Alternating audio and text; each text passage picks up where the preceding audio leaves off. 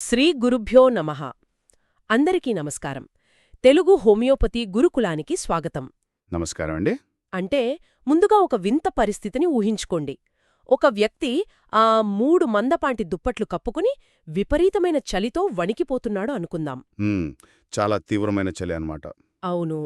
కాని సరిగ్గా అదే సమయంలో తన కడుపులో భయంకరంగా మండుతోందని ఆ మంట మీద ఏదైనా వేడివేడి కాపడం పెట్టమని బ్రతిమాలుతున్నాడు. చూడండి, ఇది వినడానికి చాలా విరుద్ధంగా ఉంటుంది.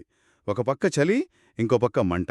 కదా, చలితో వణికేవాడికి వెచ్చదనం కావాలి సరే, కాని లోపల కాలిపోతున్నట్లున్న మంటమీద మళ్ళీ వేడి కాపడమేమిటి? ఈరోజు మన ఈ లోతైన చర్చలో ఈ అంతుచిక్కని వైద్యపరమైన వైరుధ్యాన్ని డీకోడ్ చెయ్యబోతున్నాం. ఖచ్చితంగా. ఇది చాలా ఆసక్తికరమైన అంశం. గత సెషన్లో మనం ఆర్సెనికం ఆల్బం యొక్క మానసిక తత్వాన్ని విశ్లేషించాం కదా.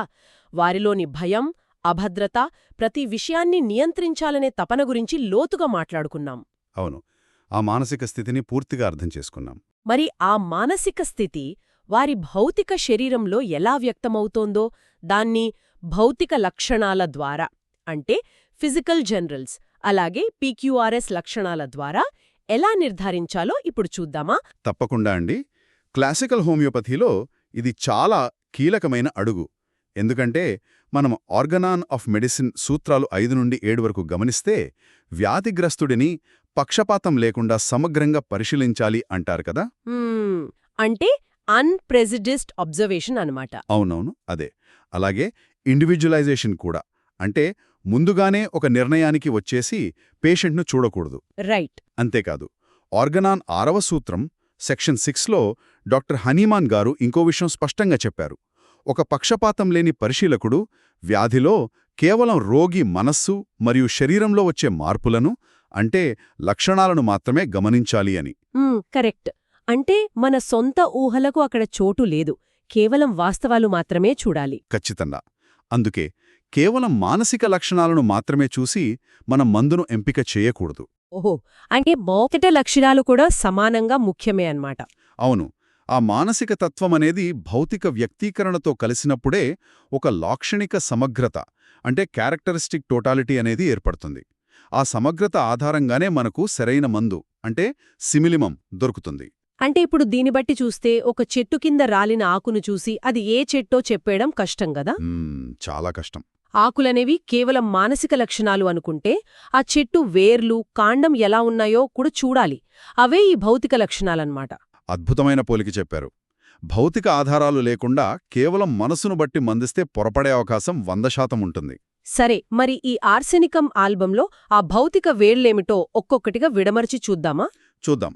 ఈ భౌతిక సాధారణ లక్షణాలను మనం గురుకులం పద్ధతిలో విశ్లేషిద్దాం.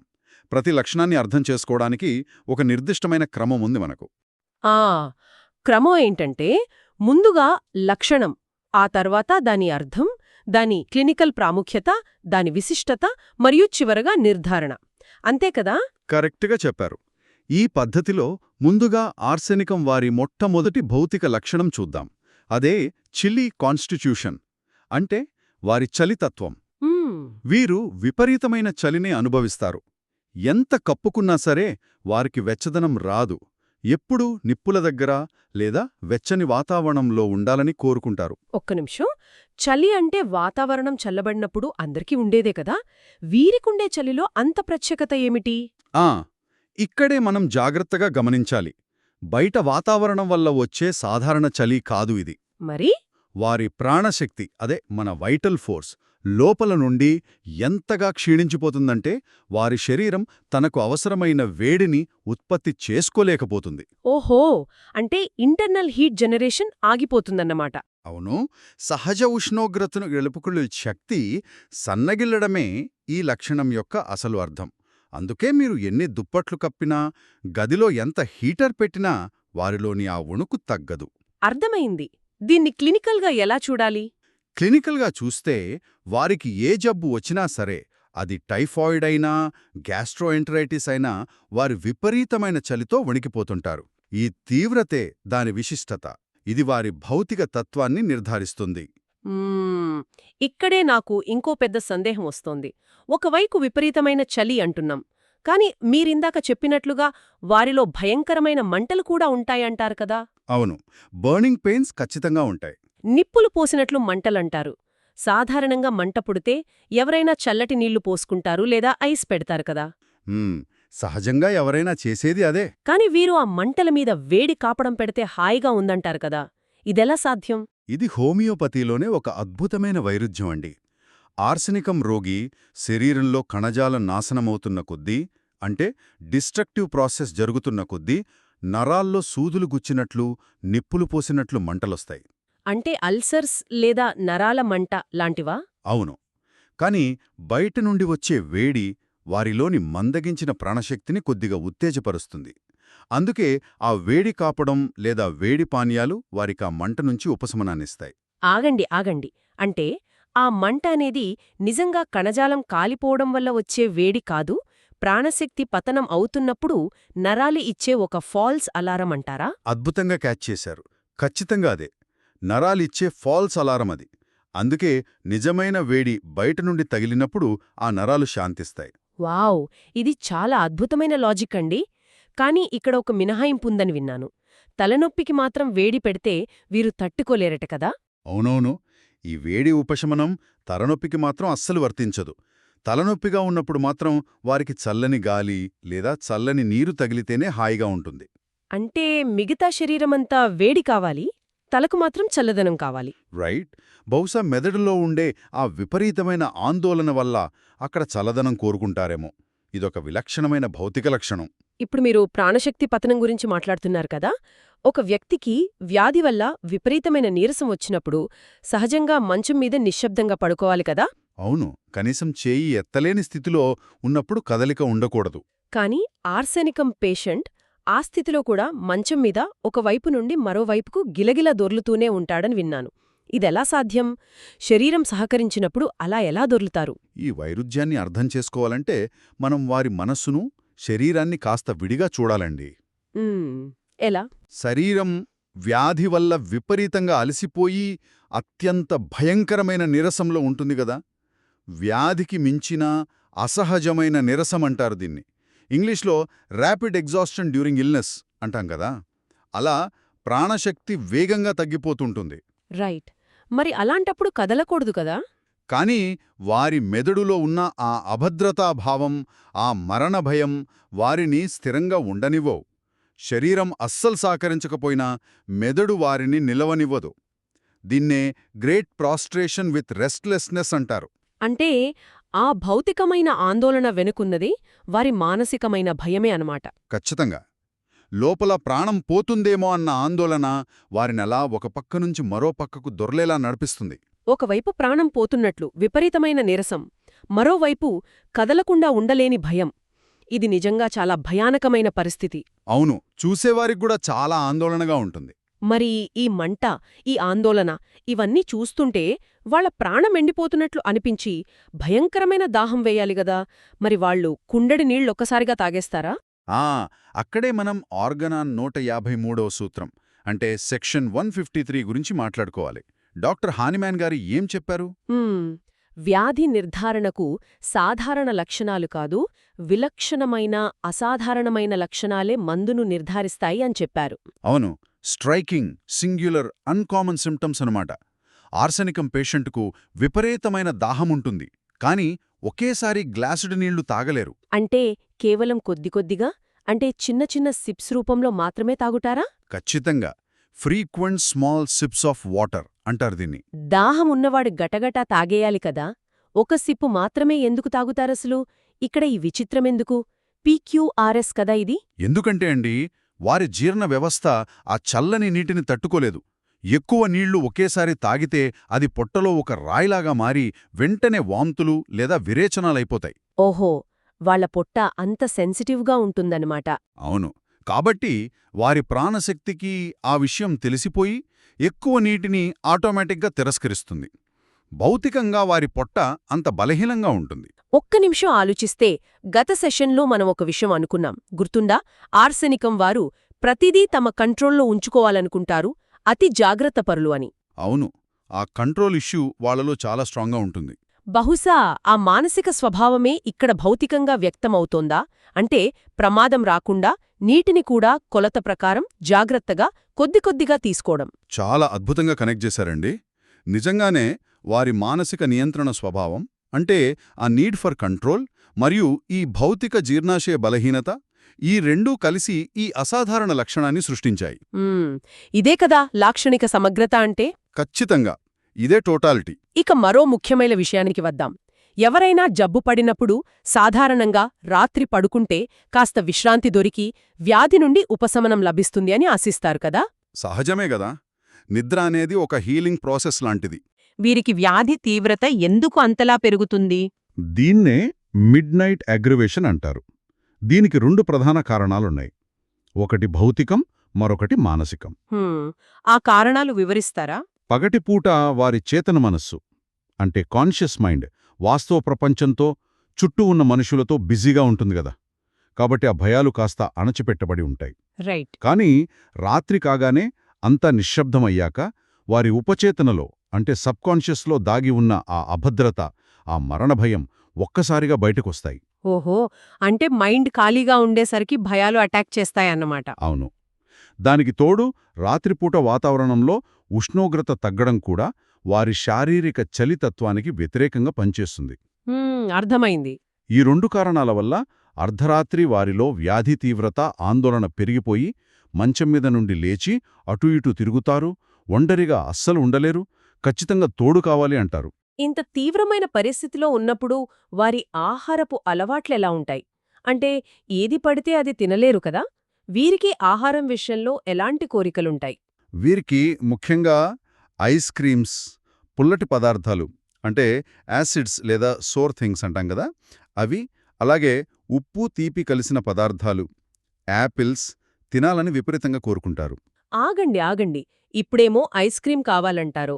మళ్ళీ చల్లటివి తింటే వాంతులు, విరేచనాలవుతాయి. అసలే చలితత్వం అన్నారు కదా.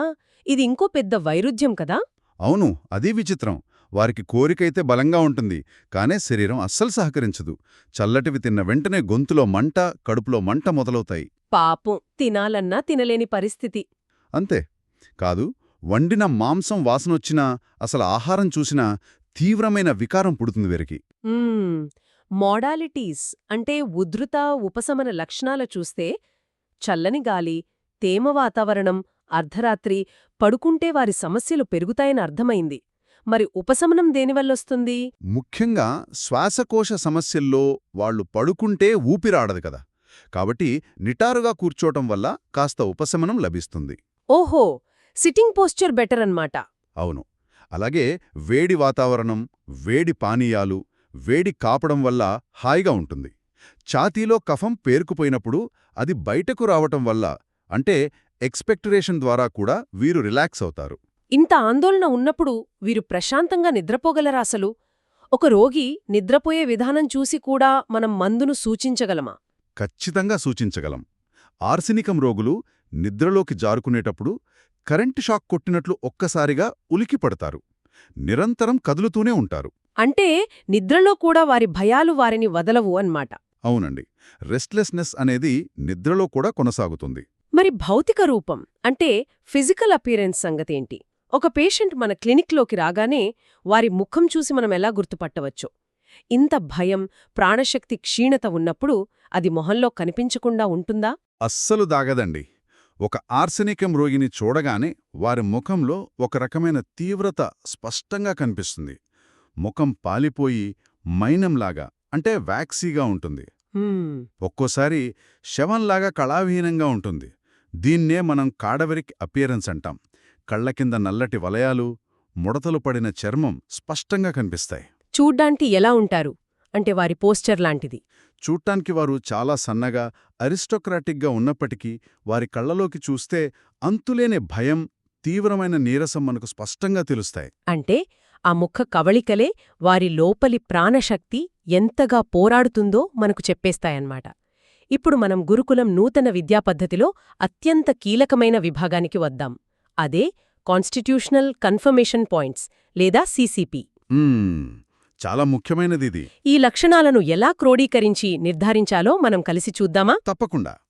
ఈ సీసీపీ మోడల్ అనేది మందును ఖచ్చితంగా నిర్ధారించడానికి ఒక అద్భుతమైన సాధనం. ఇది ఒక అంకెల గారాడి లాంటిది కాదు, ఒక డైనమిక్ ప్రక్రియ. ఎలాగో ఒక ఉదాహరణ చెప్తారా? ఉదాహరణకు CCP-1 అనుకుందాం. ఒక పేషెంట్కు విపరీతమైన చలి ఉంది. మీరు కేవలం దీన్ని బట్టి మందును నిర్ధారిస్తారా? లేదే. కేవలం చలి అనేది చాలా మందుల్లో ఉంటుంది కదా. కేవలం చలిని బట్టి ఆర్సెనికమని నేను ఖచ్చితంగా చెప్పలేను. కరెక్ట్. అందుకే మనం దానికి ఇంకొక లక్షణాన్ని జతచేస్తాం. CCP-2 ఏంటంటే, చలితో పాటు శరీరంలో మంటలున్నాయి, ఆ మంటలకు వేడి తగిలితే హాయిగా ఉంది. ఇది కాస్త బలమైన నిర్ధారణ కదా? అవును, ఇది కాస్త దగ్గరగా ఉంది. కాని ఇంకేదైనా విలక్షణమైన లక్షణం యాడ్ అయితే నేను మరింత నమ్మకంగా మందివ్వగలను అండి. సరిగ్గా. ఆ నమ్మకాన్ని ఇచ్చేదే CCP-3. విపరీతమైన చలి, దానికి తోడు వేడితో ఉపశమనం పొందే మంటలు, ఆ పైన విపరీతమైన నీరసమున్నా కదలకుండా ఉండలేని ఆందోళన. రైట్, ఇవన్నీ కలుస్తున్నాయి. అలాగే అర్ధరాత్రి ఉద్ధృతమవ్వడం, కొద్దిగా నీళ్లు తాగడం, ఇవన్నీ ఒకే కేసులో కలిస్తే ఏమవుతుంది? అప్పుడు ఈ పజిల్ పూర్తిగా సాల్వ్ అయినట్లే. ఇన్ని అసాధారణ లక్షణాలు ఒకే వ్యక్తిలో కలిస్తే అప్పుడు ఆర్సెనికం ఆల్బమ్ ఖచ్చితంగా నిర్ధారణ అవుతుంది. ఖచ్చితంగా. ఇక్కడే మన గురుకులం చెప్పే ఒక అతి ముఖ్యమైన సూత్రాన్ని ప్రతి ఒక్కరూ గుర్తుపెట్టుకోవాలి. అదేంటో నేనే చెప్తాను. భౌతిక లక్షణాలు తత్వాన్ని నిర్ధారిస్తాయి, లాక్షణిక సమగ్రత మందును నిర్ధారిస్తుంది. అంటే physical generals confirm the constitution, characteristic totality confirms the prescription. అద్భుతంగా చెప్పారు. ఏ ఒక్క లక్షణము, అది ఎంత గొప్పదైనా సరే, మందును నిర్ధారించదు. ఈ సమగ్రతే నిర్ధారిస్తుంది. ఇదే మనం ఆర్గనాన్ నుండి నేర్చుకోవాల్సిన అసలైన పాఠం. లక్షణాలన్నీ కలిపి చిత్రించే ఒక పూర్తి వ్యాధి చిత్రాన్ని మనం చూడగలగాలి. నిజమే. ఇప్పుడు మనం మాట్లాడుకున్న ఈ విషయాలన్నీ మన అధ్యయనకారులకు సులభంగా గుర్తుండటానికి ఒక మాస్టర్ మెమరీ యాంకర్లాగా, అంటే ఒక గొలుసుకట్టు విధానంలో ఎలా ఫ్రేమ్ చేయవచ్చు? దీని ఒక సంఘటనలో ప్రవాహంలా గుర్తుంచుకుందాం. చెప్పండి. మొదటి పాయింట్, వారి మనసులో తీవ్రమైన అభద్రతాభావం, అంటే ఇన్సెక్యూరిటీ మొదలవుతుంది. రెండవది, ఆ అభద్రత వల్ల మెదడులో ఆందోళన, అంటే రెస్ట్లెస్నెస్ పుడుతుంది. రైట్, ఆ తర్వాత ఏమవుతుంది? మూడవది, ఆ ఆందోళనతో పాటు ప్రాణశక్తి క్షీణిస్తూ శరీరంలో వేడితో ఉపశమనం పొందే మంట, నొప్పులు, అంటే burning pains better by heat వస్తాయి. నాలుగవది, జీర్ణ వ్యవస్థ క్షీణించడం వల్ల దాహం ఉన్న ఎక్కువ నీటిని తిరస్కరిస్తూ కొద్దిగా నీరు తాగడం చేస్తారు. అంటే ఫ్రీక్వెంట్ స్మాల్ సిప్స్ అన్నమాట. అవును. ఐదవది, చీకటి పడే కొద్దీ భయం, చలి పెరిగి అది అర్ధరాత్రి ఉధృతం, అంటే మిడ్ నైట్ అగ్రవేషన్ అవుతుంది. ఆరవది, ఈ మొత్తం ప్రక్రియలో వారి శరీరం ఉష్ణాన్ని కోల్పోయి విపరీతమైన చలి తత్వం, అంటే చిలీ కాన్స్టిట్యూషన్ ఆవరిస్తుంది. ఏడవది, ముగింపు. ఈ గొలుసుకట్టు లక్షణాలన్నీ ఒకే చోట కలిస్తే అదే మన ఆర్సెనికం ఆల్బమ్. వావ్, ఇదొక అద్భుతమైన ఫ్రేమ్వర్క్ అండి. థింక్ లైక్ ఏ క్లాసికల్ హోమియోపాత్ అనే దానికి ఇది పర్ఫెక్ట్ ఉదాహరణ. అవును. కానీ ఇక్కడొక చిన్న హెచ్చరిక కూడా చెయ్యాలి మనం. ఇది కేవలం మన మెదడులో లక్షణాలను క్రమబద్ధీకరించుకోవటానికి ఒక జ్ఞాపక శక్తి సాధనం మాత్రమే. క్లినిక్లో పేషెంట్ వచ్చినప్పుడు దీన్ని ఒక షార్ట్కట్లా వాడి మందు ఇవ్వకూడదు కదా? ఖచ్చితంగా ఇవ్వకూడదు. ఎప్పుడూ నిశిత పరిశీలనకే మొదటి ప్రాధాన్యత ఇవ్వాలి. అన్ని లక్షణాలు నిజంగా ఆ వ్యక్తిలో ఉన్నాయో లేదో నిర్ధారించుకున్న తర్వాతే మందు ఎంపిక జరగాలి. సరే, గత సెషన్లో మనం మానసిక తత్వాన్ని అర్థం చేసుకున్నాం. ఈ రోజు చర్చలో భౌతిక శరీరంపై ఆ మనస్సు యొక్క ప్రభావాన్ని చాలా అద్భుతంగా విశ్లేషించాం. ఈ తత్వం మనకొక స్పష్టమైన చిత్రంలా కళ్లముందు కదలాడుతోంది కదా? నిజమే. ఇక రాబోయే 99వ ఎపిసోడ్లో మనం ఈ మందు యొక్క క్లినికల్ ఉపయోగాలేమిటి, ఇతర మందులతో దీన్ని ఎలా వేరుచేసి చూడాలి, అంటే రెమెడీ డిఫరెన్సియేషన్ ఎలా చెయ్యాలి అనే తెలుసుకుందాం. చాలా అవసరమది. ముఖ్యంగా ది యాంగ్జైటీ డిఫరెన్షియల్ అనే కంప్లీట్ GCDS మాడ్యూల్ని చర్చిద్దాం. అలాగే ఆర్సెనికం లాగా అనిపించే తప్పు కేసులను, అంటే ఫాల్స్ ఆర్సెనికం కేసెస్ని ఎలా పసిగట్టాలి అనేది క్లినికల్ వర్క్షాప్స్ ద్వారా విశ్లేషిద్దాం. ఇంకా ఏమైనా స్పెషల్ టాపిక్స్ ఉన్నాయా వచ్చే సెషన్కి? ఉన్నాయండి. అంతేకాకుండా బరైటా ఆర్సెనికోసా, కాలి ఆర్సెనికోసం మరియు నాట్రమ్ ఆర్సెనికోసం వంటి మందులను పరిచయం చేస్తూ లెవెల్ 3A ఒక వారధిని, అంటే కాన్స్టిట్యూషనల్ ఫ్యామిలీ బ్రిడ్జ్ని నిర్మిద్దాం. వింటుంటేనే చాలా ఆసక్తికరంగా ఉంది. మనం వెళ్లే ముందు మీ అందరికీ ఒక చిన్న ఆలోచన. ఆర్సెనికం రోగికి వచ్చే శారీరక చలి, మంటలు, అర్ధరాత్రి ఆందోళన ఇవన్నీ కేవలం వారి మనస్సులో దాగి ఉన్న భయాలకు భౌతిక ప్రతిరూపాలు మాత్రమే అని ఇవాళ మనం తెలుసుకున్నాం కదా. అవును. మరి ఆలోచించండి, మన నిజ జీవితంలో ప్రతిరోజు మనం ఎదుర్కొనే విపరీతమైన అలసట, వివరించలేని చిన్న చిన్న శారీరక నొప్పులు, బహుశా అవి కూడా మనం ఎవరికీ చెప్పుకోలేని, బయటపెట్టలేని మన సొంత ఆందోళనలు, భయాలు మనల్ని హెచ్చరిస్తున్న సంకేతాలేమో కదా. చాలా లోతైన ఆలోచనిది. ఈ ఆలోచనతో ఈరోజుకి సెలవు తీసుకుందాం. మళ్ళీ వచ్చే భాగంలో కలుద్దాం. జై శ్రీకృష్ణ. వాసుదేవా.